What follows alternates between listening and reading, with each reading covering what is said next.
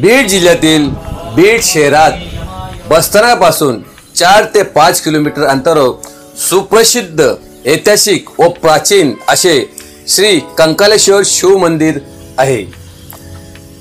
कनक म्हणजे सोने आणि आलय म्हणजे ठिकाण किंवा मंदिर किंवा परिसर। कंकालेश्वर मंदिर हे वर्षभर पाण्याने भरलेल्या भल्या मोठ्या पुष्करणीत मधोमध एक मोठ्या ओट्यावर स्थापित केलेले आहे। या मंदिरासाठी वापरण्यात गेलेला दगड याच पुष्करणीतून काढलेल्या पाषाणांना कलाकारांनी योग्य तो आकार देऊन या कंकालेश्वर मंदिराची निर्मिती केली गेली। हे मंदिर 11व्या-12व्या शतकातील चालुक्य काळातील बांधले गेले आहे। मंदिरात प्रवेश करण्यासाठी पुष्करणी व सुंदर एक दगडी पूल बांधण्यात आलेला असून त्यावरूनच आपल्याला मंदिरात प्रवेश करता येतो। कंकालेश्वर मंदिर हे पश्चिमभिमुख असून अर्धमंडप, महामंडप, अंतरा व गर्भगृह अशी रचना असून महामंडपाचे वितान म्हणजे छत, उत्क्षिप्त म्हणजेच वरच्या वर लहान लहान होत गेलेल्या वर्तुळाकृती वलयाने बनलेले असून ते नारळाच्या पालत्या कटोरीसारखे भासते। अशा वितानाला म्हणजे छताला उत्क्षिप्त वितान असे म्हणतात। छतावर फुलांची व विविध प्रकारच्या नक्षीची सुंदर कलाकृती आपणास पाहावयास मिळते। छताच्या अगदी मध्यभागी सर्वात वर कमळाचे शिल्प आपणास पाहावयास मिळते।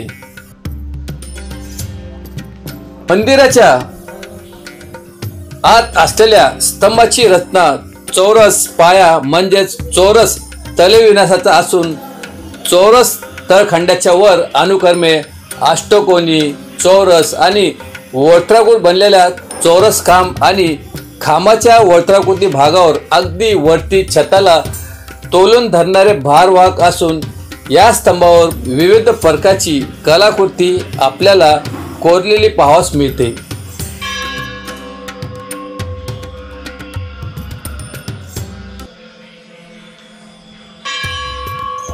कंकालेश्वर मंदिराच्या गर्भगृहाचे प्रवेशद्वार हे पंचशाखा प्रकारचे असून त्यावर कमळदळ, व्याल, भालदार चोपदार, गंगा, यमुना, कुंभ, चोरी धारण करणाऱ्या दासी तसेच विविध प्रकारच्या शिल्पाने द्वारशाखा अलंकृत केलेल्या आहेत। द्वारशाखेच्या मुख्य ललाट पट्टीवर गणेश मूर्ती आहे।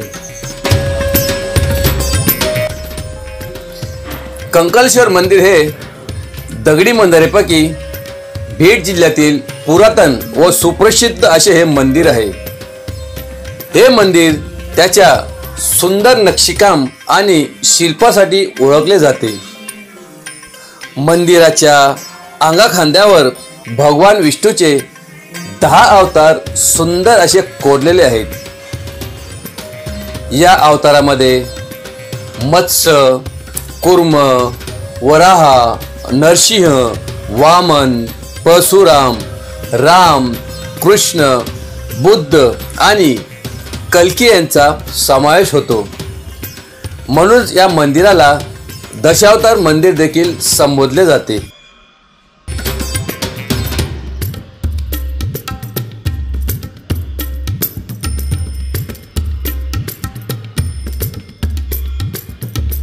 हैदराबाद हे निजामशाहीच्या आधिपत्याखाली होते व त्याचप्रमाणे कित्येक प्रदेशापैकी बीड देखील निजामशाहीच्या आधिपत्याखाली होता।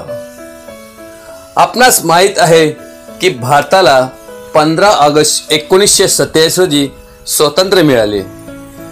त्यानंतर हैदराबादचा निजाम भारतात विलीन होत नव्हता तेव्हा भारत सरकारने ऑपरेशन पोलो कालवाई केल्यानंतर 13 महिन्याने म्हणजेच 17 सप्टेंबर 1948 रोजी हैदराबाद निजामशाहीच्या आधिपत्याखालून मुक्त झाला व त्यानंतरच खऱ्या अर्थाने निजामशाही राज्यातील बंदी असलेले सर्व मंदिर मुक्त झाले व त्यातच बीडचे हे सुप्रसिद्ध पुरातन श्री कंकालेश्वर मंदिर आणि देखील मोकळा श्वास घेतला।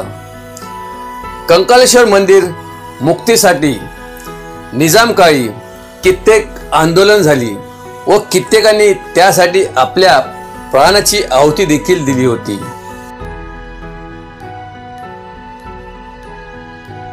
मंदिराच्या मंडपावर म्हणजेच बाह्य भिंतीवर विविध थर असून कीर्तिमुख थर, चौकोटी सारखे शिल्पाने अलंकृत केलेले थर असे अनेक थर आहेत। तसेच देवकोष्ठामध्ये शक्ती, महादेव, शिव आणि विविध देवदेवतांचे शिल्पे तसेच युद्धात हातात तलवार घेऊन शस्त्र असणाऱ्या वीरांगना देखील दाखवल्या आहेत। मंदिराच्या मंडपावर म्हणजेच बाह्य भिंतीवर शिल्पाकृत एक पट्टिका देखील आहे, म्हणूनच एक जंगा मंडपावर असलेले हे मंदिर आहे। जंग्या भागात विष्णूचे 10 अवतार आणि 8 दिग्पाल दाखविले आहेत। दिवसाही जमिनीवर सूर्यकिरणे पोहोचू शकत नाही असे घनदाट दाटून अंधार असलेले जंगल पूर्वी बीड म्हणजे दंडकारण्य या नावाने प्रसिद्ध होते। तसेच या नगरीत मोठमोठ्या ऋषीमुनीने वास्तव्य केले होते। महाभारत काळात दुर्गावती तर सम्राट विक्रमादित्याने या नगराला आपल्या बहिणीच्या नावाने चंपावती असे नामकरण केले होते। मंदिराच्या अगदी समोर 100 ते 150 मीटर अंतरावर बालाघाटात उगम पावणारी व दक्षिण उत्तर वाहणारी बिंदुसरा नदी वाहते। मंदिरात 3 गर्भगृह असून मुख्य गर्भगृहात शिवलिंगाची स्थापना केली आहे। मंदिर हेमाडपंथी असून मंदिराची रचना कोणत्याही प्रकारच्या बाउंडिंग साहित्य म्हणजे चुना, सिमेंट, गूळ असे चिपकायचे कसलेही साहित्य न वापरता एक दगडाचा खाचा दुसऱ्या दगडात असे उठाव आणि होल मेल फिमेल म्हणजेच की आणि लॉक करून एकात एक गुंतून या मंदिराची निर्मिती केली आहे।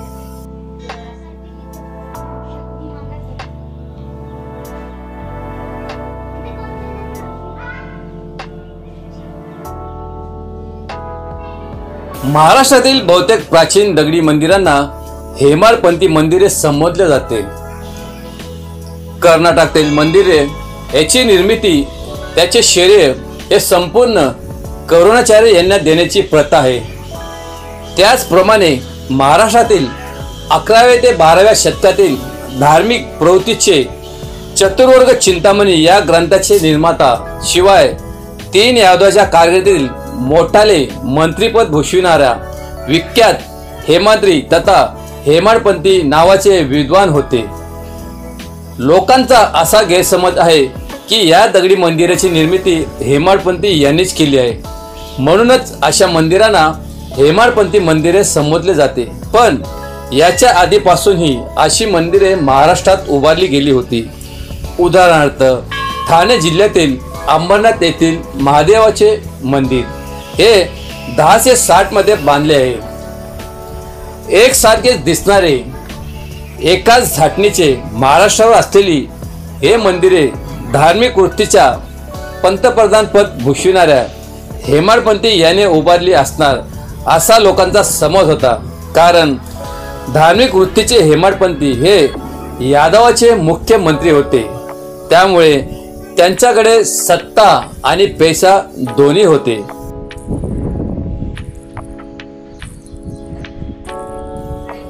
असे म्हणतात की हे मंदिर 10व्या ते 11व्या शतकात चालुक्य राजा विक्रमादित्य 6वा याने कंकालेश्वर मंदिर बांधले। हे दशावतारी मंदिर असून चालुक्य काळातील स्त्रिया लढाईत प्रत्यक्ष भाग घेत असत। मंदिरावर लढणाऱ्या अस्त्राचे शिल्प आहे, त्यावर ग्रीक शिल्पकलेचा छाप देखील आपल्याला आढळतो। जैन धर्मियातील आर्यनाथ, नेमिनाथ या 2 तीर्थकारांचे शिल्पही या मंदिरात आपल्याला पाहास मिळते। मंदिराचा आकार ताराकुटी माशाप्रमाणे आहे. पुरातन कंकालेश्वर मंदिराचा उल्लेख ग्रंथात देखील आहे. अत्रि ऋषी व अनुसूया यांनी या ठिकाणी सिद्धेश्वराचा अभिषेक केला असा उल्लेख आहे.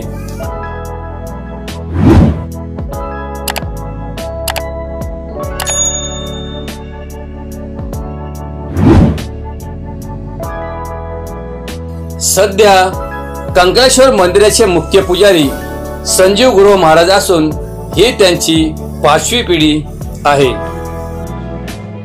जर आपणास हा व्हिडिओ आवडला असेल तर लाईक, शेअर, कमेंट आणि सबस्क्राईब करायला विसरू नका. जय हिंद, जय महाराष्ट्र, जय शिवराय.